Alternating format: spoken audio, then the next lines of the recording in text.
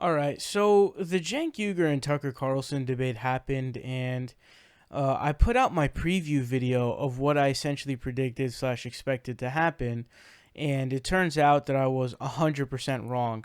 Could not be more wrong, but you really can't blame me because I mean there was no way to expect this to happen. It was not foreseeable in any way, shape, or form, and most people agreed with me because this was really the most rational prediction to make. At least it so seemed. Now I have an interesting theory as well on something, but basically, what if you go back and look at my preview video? What I had expected was I was under the impression that, oh, you know what's gonna happen. Um, we know that Cenk Uygur is someone who loses his temper, especially with the crowd. He gets really angry. He loses it. He's sort of short tempered. And then on the other hand, you have Tucker Carlson, who, as I referenced with the Bill Maher clip, or not Bill Maher, sorry, Bill Nye, and there are tons of other clips of where he has a guest on, and they're supposed to be having a discussion. But what it ends up being is just a shouting match between Tucker Carlson and said guest. So like when it's Bill Nye, he just keeps interrupting him. I mean, Bill Nye literally busts out his phone and says, "Look at how many times you've interrupted. You just interrupted me in like 6 seconds." So the dude is masterfully drowning out people. Just bring them on and just scream and shout over them. And so the only logical conclusion to come to is Cenk Uygur, short-tempered. On the other side, Tucker Carlson, someone who does not allow his opponent to even speak, would be a clash. I expected a WWE matchup, essentially, as close as we could get to that, although that was kind of Charlie Kirk and Cenk Uygur. But you know what I mean, right? So that's what I expected. That's what you guys expected, too, based on the comments that I got. And it's just the only rational conclusion you could come to.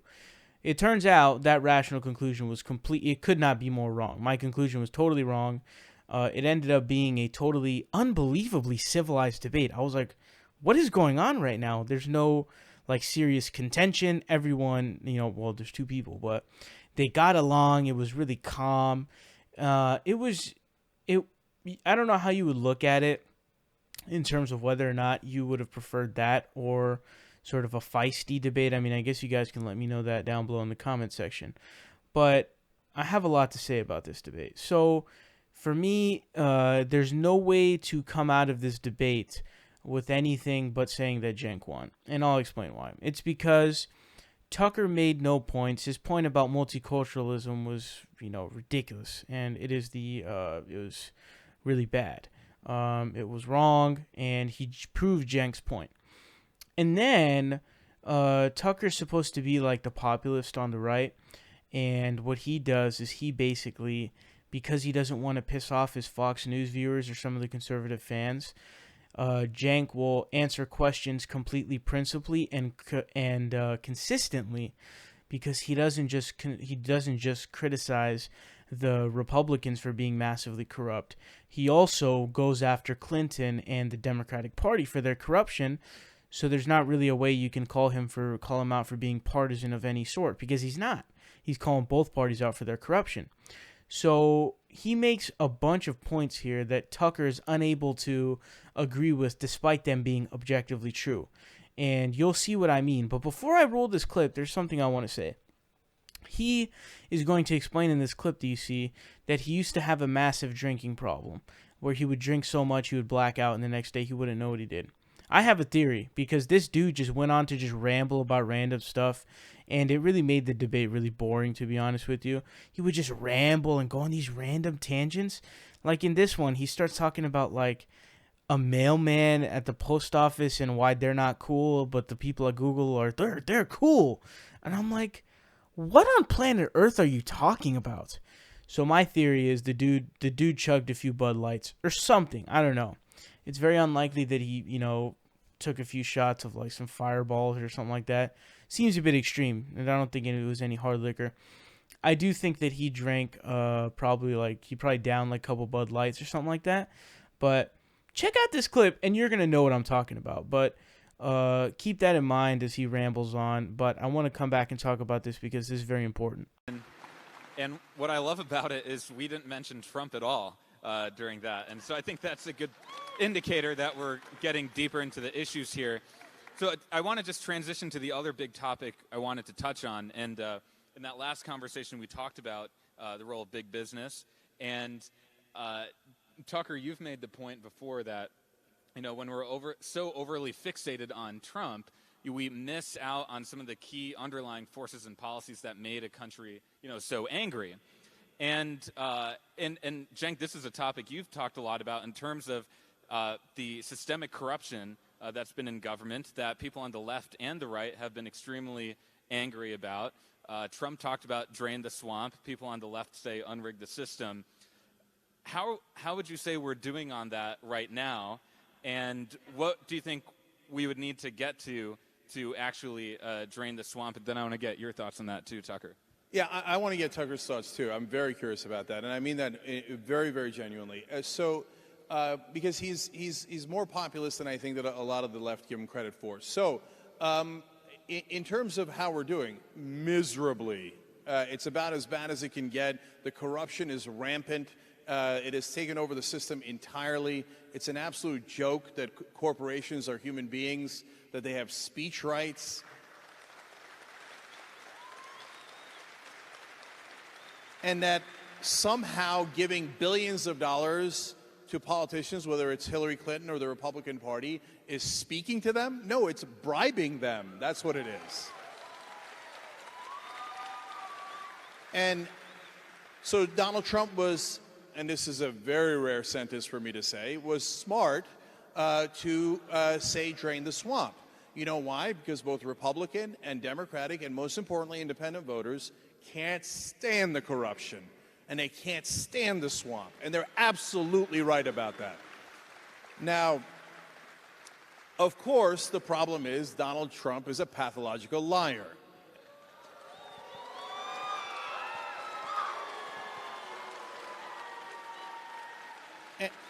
And I don't know if Tucker can say that or will not, but he knows it. Everybody knows it.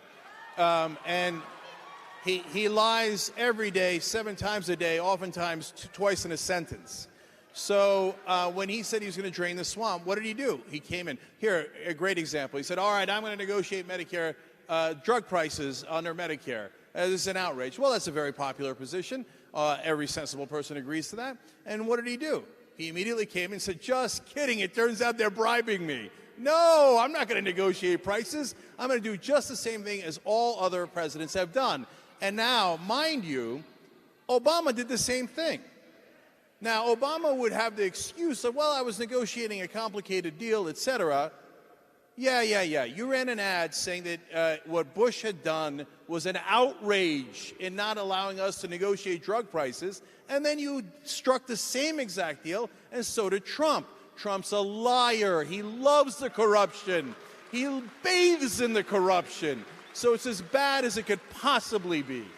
And so my question to you, Tucker, is, do you believe in the 28th Amendment to get money out of politics? Wait, I'll reframe the question. So I do want to get your thoughts on money in politics, but maybe the way I'll frame it is, you just wrote a book called Ship of Fools, and you talk about this self-indulgent culture of elites and the ruling class. So I wanted you to say more about specifically, who are those folks, what are they doing, and then what types of reforms, maybe money in politics and or other things, do we need to start looking at? Well, let me just say to the Trump question, I would just say a couple things very fast. One, of all the criticisms leveled at Trump, he's a compulsive liar thing, to me, it's the least sort of interesting. I mean, I actually think that the truth about Trump is he is what he seems to be. Like, I've known a lot of politicians, and they really are two different people. The person on stage who's, children are our future. And then off stage is like, where are the hookers? They're totally different. I mean, they are. And they are, almost all of them. Trump is kind of what we said we wanted. I mean, he really is. I've known him for 20 years. He's come in the media. He's pretty much exactly the same in person. I don't think, maybe you say, well, he's one-dimensional, and okay, whatever. Yeah, okay. But sort of if you watch one of his speeches, that's literally what he's like. There's no other agenda. So you either like that or you don't, or you have mixed feelings about it or whatever. I personally think it's maybe the least interesting part of the moment we're going through. And your question was, it's like we're missing a lot. I used to drink too much, like way too much. And every Sunday morning I'd wake up for a certain period of my life and I would have no memory of what happened the night before. And so I'd have to go sort of through forensically with my wife. Like, so we were at the restaurant, what happened then? And then, like, how do we get home? And that's how all of America is going to feel when this is over. Do you know what I mean? It's like the whole society is being transformed into this sort of easy thing to do, and all the dumb cable chin tuggers do it. It's like, Trump, can you believe it? It's like, part of me is like, really, how outraged can you sustain this outrage like indefinitely before you die of a stroke? Maybe, we'll see. But you're also kind of not covering the things that are really happening, which is American society is inverting, and the middle class is dying, and like nobody cares. Trump is a cover for everything on both sides. It's very, and trust me, I'm not an intellectual, but even I am like, this is too dumb, even for me. As for the money in politics thing, yeah, I mean, look, it's very frustrating to confront the truth, which is people who have more money and power have more influence in a system in which influence is supposed to be spread equally among everyone. So it's inherently anti-democratic. I just have been in D.C. for so long, and I've seen all these different schemes to get money out of politics. I'm sort of temperamentally for all of them, I guess. But you bump up right away against this thing called speech. So can you really tell someone he's not allowed or she's not allowed to express political views during a certain period? It's like, actually, you can't. So it's a little more complicated, but I would say it's even more complicated because the real threat to the democracy, yeah, the campaign finance system is stupid. Probably nothing you say I disagree with. But I don't think it's the real threat. The real threat is the massive concentrations of power outside government. So I grew up a conservative, pretty I guess sort of doctrinaire conservative, and I was taught my whole life that the real threat to liberty was the federal government because it was the most powerful entity, right? That's not at all the case. I mean, the beauty of the federal government is that it's so inefficient that it takes a long time to hurt you because they can't get their act together. Do you know what I mean? The people who run the post office are not, in the end, an existential threat to you because they're too lame, okay? Google is not lame. Google's technology Google right now, for just give you one of 1,000 examples, has 20,000 engineers working just on its search feature. Okay, these are people with advanced degrees, make between $200,000 and $500,000 a year just on Google search. There are 20,000 of them. There has never been a technological entity or an entity of any kind as powerful as Google. Now, I'm not saying Google is evil, though I think increasingly I do think that they are. But even if they weren't, that is too much power in the hands of too few with no transparency whatsoever. At the heart of Google is the algorithm, and nobody knows what it is. You don't need to be Ray Bradbury to think through what might happen if they decided to subvert democracy or to re-rank search results. What effect would that have on voting patterns? You reach the conclusion very quickly, if you think about it, they'd be in control of your country. That is a huge threat to all of us. And it's not just Google, of course. It's many other tech platforms that basically control speech, in effect. And so in the face of this, you have Republicans. Republicans are so easy to control. All you say is markets, and they're like, oh, I'm so sorry. Did I criticize the free market? You know what, Monsignor? Forgive me. And then Democrats are very easy to control, too. You're just like, look, we'll help you keep power. And they're like, oh, cool, all right. So what about everybody else?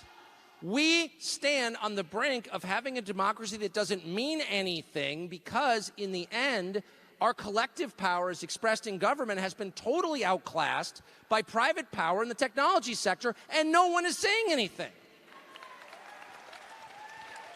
Go ahead. Wow. So, who would have thought trustbuster Tucker Carlson from the progressive era? So Teddy Roosevelt would be proud, and I appreciate that. I do. I'm being completely genuine. I think that this is a really interesting conversation, and in a lot of ways, far more interesting than the ones I've had in the past with conservatives at Politicon. We're having a real exchange of ideas here, okay? And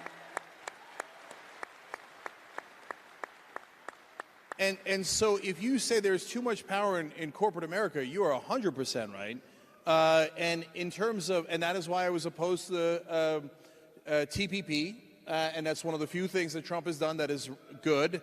maybe for the wrong reasons, but it's okay. I'll take it. We allowed corporations to write that pact. That's insane. And for a long time, we didn't even let our representatives see it. They're like, no, no, no, the corporations are writing it. Piss off. Are you crazy? Are you insane? That's not how democracy is supposed to work.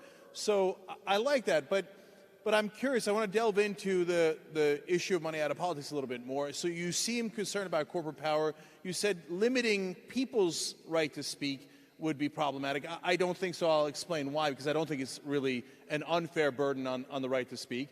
But how about corporations? Do you think corporations should have the right to spend unlimited money in politics?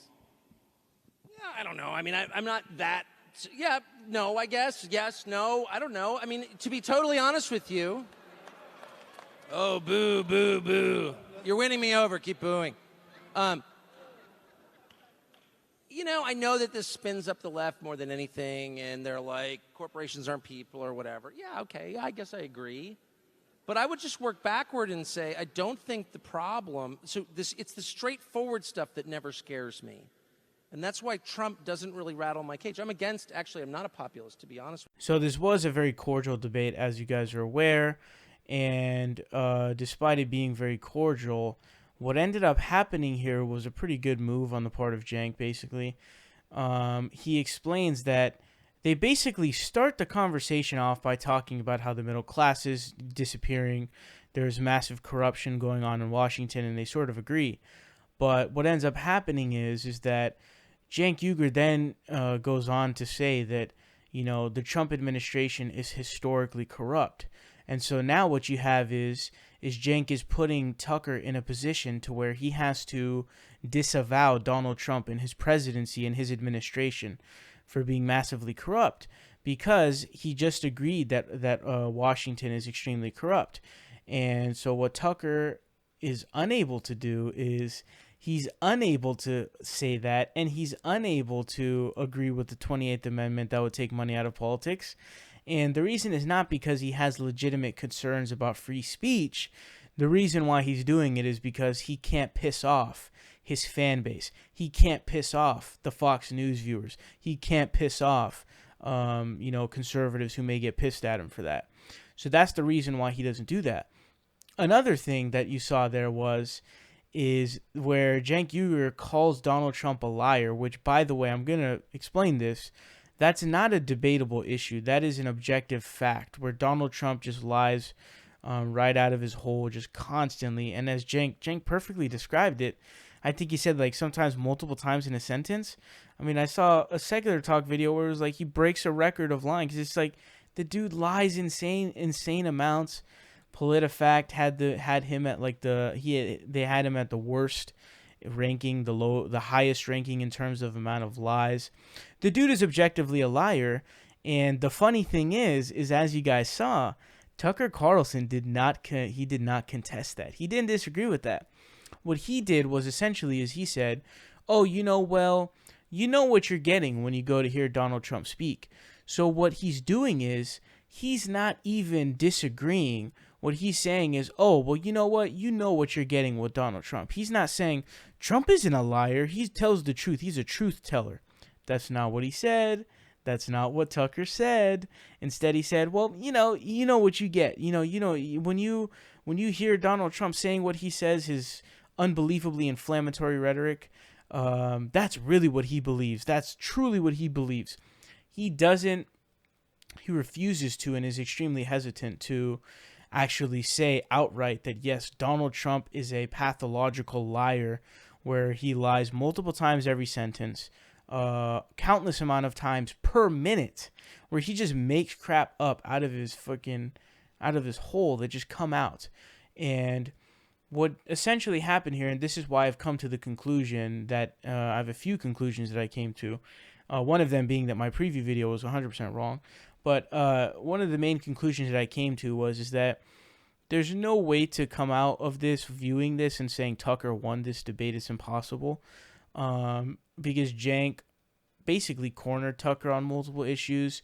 Tucker failed on the multiculturalism thing. He proved Cenk's point, and then he went on to fail in terms of actually being consistent like Cenk was, because Cenk went after Hillary Clinton. And when a Democrat goes after Hillary Clinton, the conservatives are much less in opposition. One of the things that they hate the most, if not the most, is indeed the Clintons. They darn tootin' hate them. So basically, the other conclusion I came to, remember when I explained that I had a theory that Tucker was drunk? He had to be. I stand firm in my belief that he was. First of all, do you guys really think that he would divulge that he was a massive drinker to the point of blacking out? I don't think so. Also, he seemed to be way more easygoing and eased up than he is on his show. Because as I explained, and I give you reference to the Bill Nye clip, but you can go to the Michael Avenatti clip, all kinds of different clips. It's insane. Any guest that Tucker brings on, he doesn't let them speak. He just shouts over them. So why was he so eased up here? Why was he so chill? Was he on some Xans like Kyle? I don't know, man. Like, this dude was on something, because he is never that eased up. And would he divulge that information? But most importantly, the most important thing is, the dude rambled so randomly, it was clear. I was lost. I was like, why is this dude out-talk Cenk like 10-1 ratio? And the exemplary freaking clip is where this dude really says, he goes, well, the post office guy isn't, cool. He's lame. And he goes like, the people at Google, they're cool. And it's like, yo, dog, what the hell are you talking about? Like, I got lost. I'm like, dude, what is going on here? What? So I basically completely lost understanding with essentially anything that was going on, because it ceased to provide sense. It ceased to make sense. It ceased to produce sense. So it was something that was really odd. But basically, in this Tucker Carlson Cenk Uygur debate, it didn't end up being the WWE match that I wanted to watch. It ended up being a civil, cordial debate, which really was a discussion, which was really, they agreed on a lot of stuff, but Tucker got cornered on a lot of stuff, and he had to compromise his integrity, sort of like Dave Rubin, to, not piss off his own fans.